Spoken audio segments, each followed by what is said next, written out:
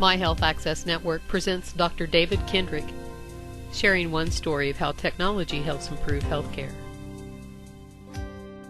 In particular, we chose our health information exchange vendor because they had capability to interface with a number of patient health sites. This is a system called Microsoft Health Vault that is a free patient portal, and it is interfaced with our health information exchange so that now, as we bring on our providers, they have the ability to offer to patients a secure communication link with them, and also to receive data from their patients in the community as those patients manage their blood sugars or their blood pressure and so on.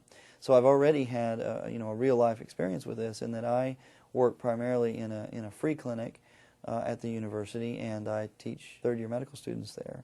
And one of the patients in our clinic, who's had blood pressure that's very difficult to manage and is on numerous medications for that reason, this particular patient was possibly going to need admission to the hospital for an overnight study so that I could see what was going on with his blood oxygen levels during those episodes of high blood pressure. And so we discussed what the possibilities were there, and I said, what would be really great is if I could just have some sort of continuous monitoring on you. Why don't you get a Health Vault account? They're free. And so he went to the Health Vault, and my imagination at that point was that he would type in these results and they would then be routed to me. But he went further and actually discovered that he could, for $60, he could buy a blood pressure cuff in the community at a Walgreens or a Walmart or any other CVS or pharmacy. And that blood pressure cuff could literally plug into his computer and download the data to his Health Vault account. He did the same thing with a pulse oximeter. And so the next visit he came to see me, and he gave me the credentials to see the information. And lo and behold, there was continuous blood pressure monitoring data and continuous pulse oximetry data. There are devices out there now for monitoring weight, say for example for congestive heart failure patients. There are devices for measuring blood glucose, blood sugars.